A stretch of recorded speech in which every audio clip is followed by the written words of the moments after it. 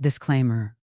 Before anything else, the part that actually matters. I'm not a doctor, therapist, lawyer, or financial advisor. I'm someone who figured out how to make tarot make sense for people living in the real world. That's it.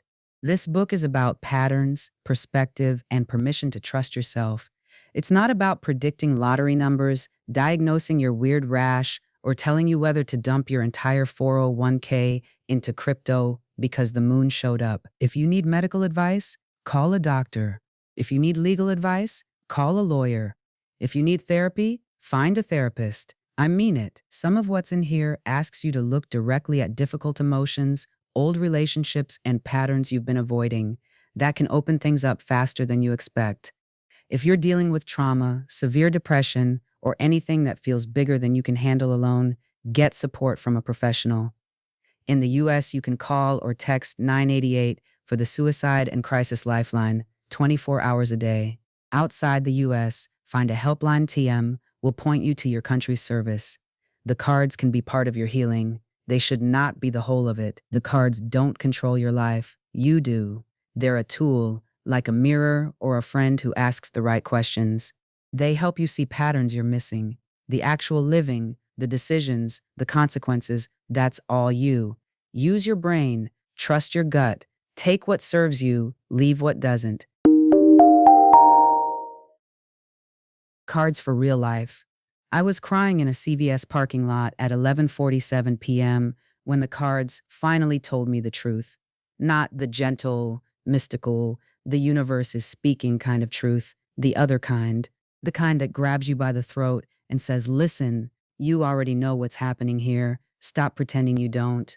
My phone was face down on the passenger seat because I couldn't handle seeing his name not appear. The deck was in my lap because I'd grabbed it on my way out the door, that stupid, desperate move you make when you're trying to find permission to feel what you're already feeling. The parking lot lights made everything look like a crime scene, which honestly felt about right. I shuffled. Hands shaking, nose running, that specific kind of crying where you can't catch your breath and your ribs hurt and you're making sounds you hope nobody can hear. The cards felt sticky against my palms. Or maybe my palms were sticky. I couldn't tell anymore. Just one card. Just show me one card that says, this is fixable. I pulled the Tower. Fuck you, I said aloud to the card, to the deck, to the universe that clearly had a sick sense of humor. Because of course it was the Tower. The card that everyone knows means disaster. The card that shows a literal building on fire with people falling out of it. Real, subtle, tarot, real, helpful. I almost threw the deck out the window, but then I looked at it, really looked at it. That's when the card stopped being a medieval painting and started being a mirror. The Tower isn't about buildings. It's about the moment when the thing you've been holding together with sheer force of will finally collapses. It's about texting someone, I'm fine, 300 times until one day you're not, and the whole carefully constructed story you've been telling yourself explodes. That's what was happening, not in some mystical future-telling way, right now, in a CVS parking lot with my mascara probably on my cheeks and my heart doing that thing where it feels too big for my chest. The tower I'd been living in wasn't made of stone. It was made of maybe if I'm patient enough, and he's just going through a lot right now, and it's not toxic if I can explain the psychology behind his behavior. It was made of every time I'd checked my phone hoping this time would be different, every time I'd rearranged my schedule around his availability, every time I'd swallowed the thing I wanted to say because keeping the peace felt more important than keeping my self-respect. And it was burning, had been burning for months, probably. I'd just been too busy trying to save it to notice I was suffocating in the smoke.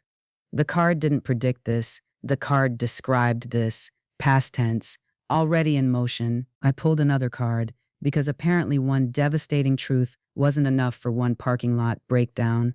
5 of Cups, a figure in a black cloak staring at 3 spilled cups while 2 full ones stand behind them, completely ignored. In traditional tarot books, they call this loss and grief and regret. Cool. Very helpful when you're hyperventilating in your car. But here's what that card actually showed me that night. I'd been staring at what I'd lost, his attention, his consistency, the version of us I'd imagined we could be, so hard that I couldn't see what was still standing. My friends who'd staged an intervention last week, my therapist who'd asked me 3 sessions in a row what I was getting out of this relationship, my own gut instinct that had been screaming at me for months while I turned up the music and pretended not to hear. The cups weren't spilled. I'd knocked them over myself, trying to hold on to something that was already gone. 2 more cards hit the dashboard. I wasn't being mystical anymore. I was just pulling them angry, almost aggressive, like I was daring them to say something I didn't want to hear. 10 of Swords.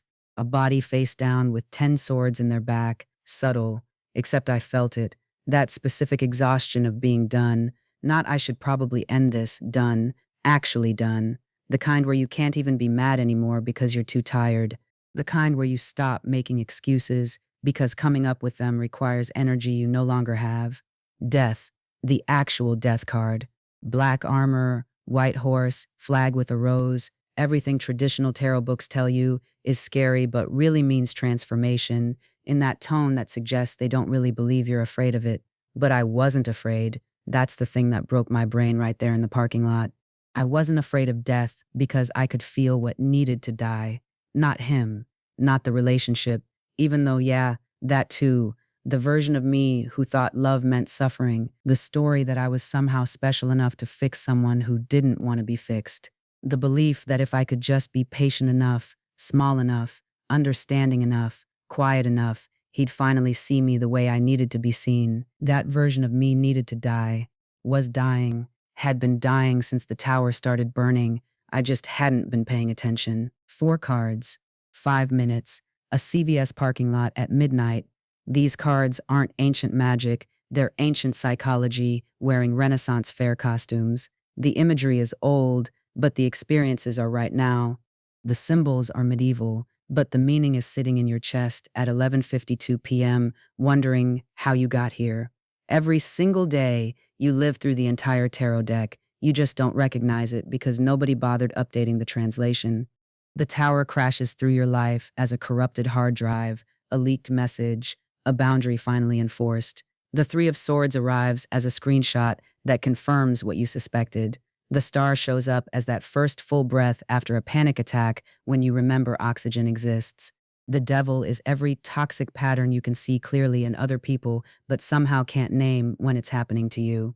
I started the car, left the parking lot, went home, blocked his number, not because the cards told me to, because they showed me what I'd already decided somewhere deeper than rationalization could reach. 2 weeks later, I pulled cards for a friend going through her own crisis. She was thinking about quitting her job, but couldn't figure out if it was the right move or just burnout talking. I laid out a spread: 8 of Cups, 7 of Wands, 10 of Wands, Ace of Wands reversed.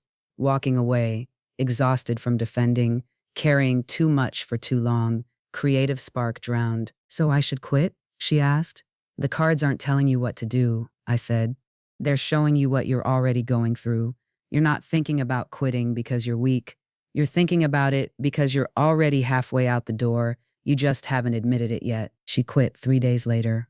That's what this book is. Not fortune telling, not mysticism, not cosmic permission slips from the universe. This is learning to read the story you're already living before it reaches the chapter where you're crying in parking lots, wondering how you didn't see this coming. I'm not going to teach you to be psychic. I'm going to teach you to be honest, to recognize the tower before the last brick falls, to see the devil's chains before they've cut off circulation, to pull death and understand it isn't a threat. It's an invitation to let go of the version of your story that isn't working anymore. We're going to walk through all 78 cards, but we're not traveling to medieval courts or mystical realms. We're staying right here in your actual life. Your group chat is the 3 of Cups. Your toxic work environment is the 7 of Swords. Your Sunday reset routine is Temperance. Your 2 a.m. anxiety spiral is the 9 of Swords. Your therapy breakthrough is the Star. Your fuck it, I'm doing the thing moment is the Fool. So if you're reading this because you want magic and mysticism and cosmic predictions, wrong book, find a different author. But if you're reading this because traditional tarot books made you feel stupid because you pulled cards and couldn't figure out what horseback messengers had to do with your actual problems, because you suspected the cards were trying to tell you something, but the translation was broken. Yeah, keep reading. The cards are already reading your life. Let's make sure you can read them back.